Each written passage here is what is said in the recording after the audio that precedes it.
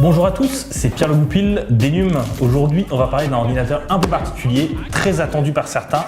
Il s'agit du MacBook Air. Alors, on vient de le recevoir et pour la première fois sur l'Enum, on va l'ouvrir ensemble, faire un petit unboxing et voir ce qu'il a dans le ventre et parler un peu des nouveautés qu'il apporte.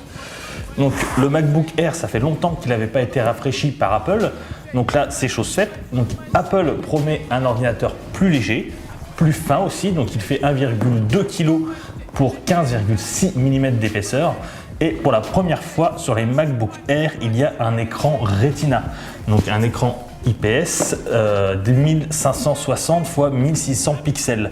Donc voilà, on vient de l'ouvrir. Donc c'est comme d'habitude chez Apple, c'est toujours très soigné le packaging. Donc après ça change rien, il n'y a rien d'incroyable. Comme on peut le voir, hein, ça se limite, c'est très simple. Donc nous avons un MacBook Air donc avec un écran de 13,3 pouces, le câble de rechargement qui n'est pas un Lightning, donc il y a un USB type C.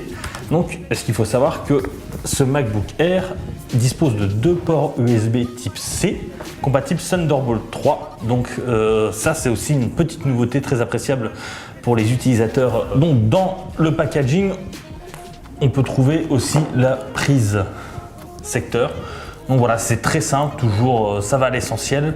Il n'y a rien qui change. Ce qui est vraiment important, c'est l'ordinateur qui est mis en valeur. Donc cet ordinateur, justement, Apple a énormément insisté là-dessus lors de sa présentation.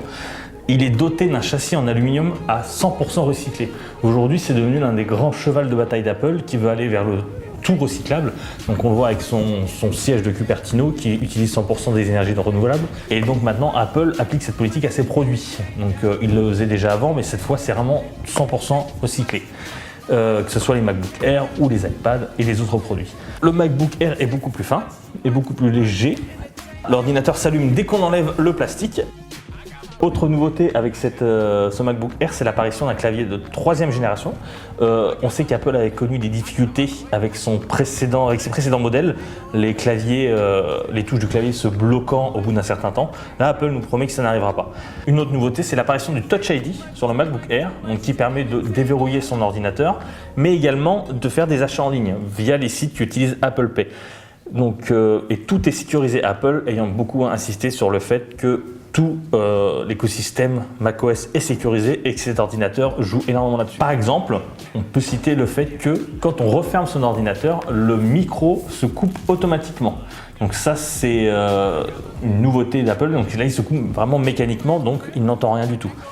D'autres nouveautés assez sympas, donc on peut le voir, l'écran qui gagne en bordure. On abandonne cette espèce de grande bande grise qu'on avait avant.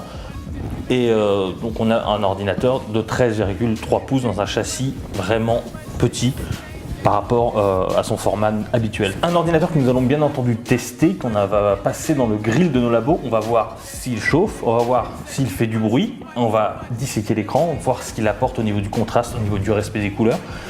Et on va voir aussi ce que donnent les speakers. Donc les speakers aussi, Apple en a un peu parlé lors de sa conférence, des speakers qui sont plus puissant à hauteur de 25%. Mais après, il faut voir ce que ça donne dans le laboratoire son. C'est toujours des termes marketing un peu balancés comme ça à la volée.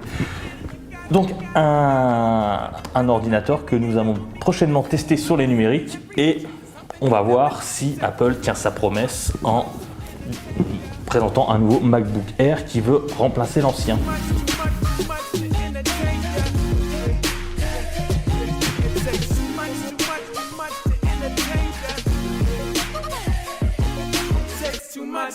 Too much to entertain.